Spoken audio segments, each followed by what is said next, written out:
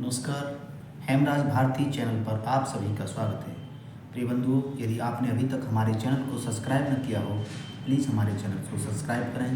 यदि कोई वीडियो पसंद आए तो लाइक करें और कोई सुझाव हो तो हमें कमेंट में अवश्य दें।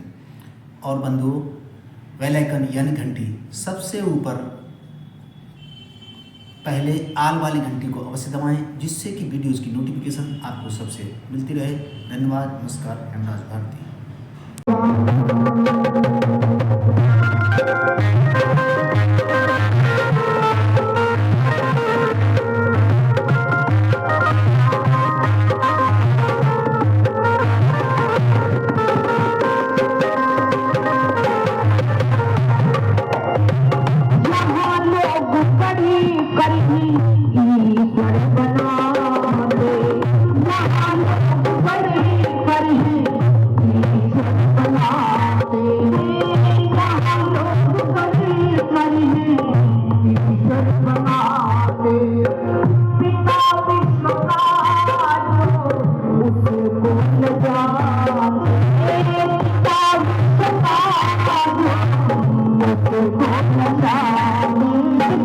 अर्थ होता है उस ईश्वर को हम पिता भी कहते हैं। पिता यानी जो पालक है, जो हमारा पोषक है, जो हमारा रक्षक है, वो परमात्मा हमारा पिता है। और हम लोग क्या बन गए? हमने मूर्ति को बनाया, हम उसके बनाने वाले भी बन गए। फिर वो हमारा पिता नहीं रहा जो मूर्ति में हमने मान रखा है, हम उसके पिता हो गए। हम समय पर उसके लिए भोजन व्यवस्था कर रहे हैं, हम उसके पोषक भी हो गए। और भगवान जी को ताले में बंद करके रखना पड़ रहा है, नहीं तो चोरी हो जाएगी, यानी हम ही उसके रक्षक हो गए। हमें रक्षा करनी पड़ रही है, इंतजाम रखना पड़ रहा है। नहीं, वो तो जगतपति है, वो निराकार है, वो कण कण में व्यापक है। इसीलिए कहा यहाँ लोग बड़ी बड़ी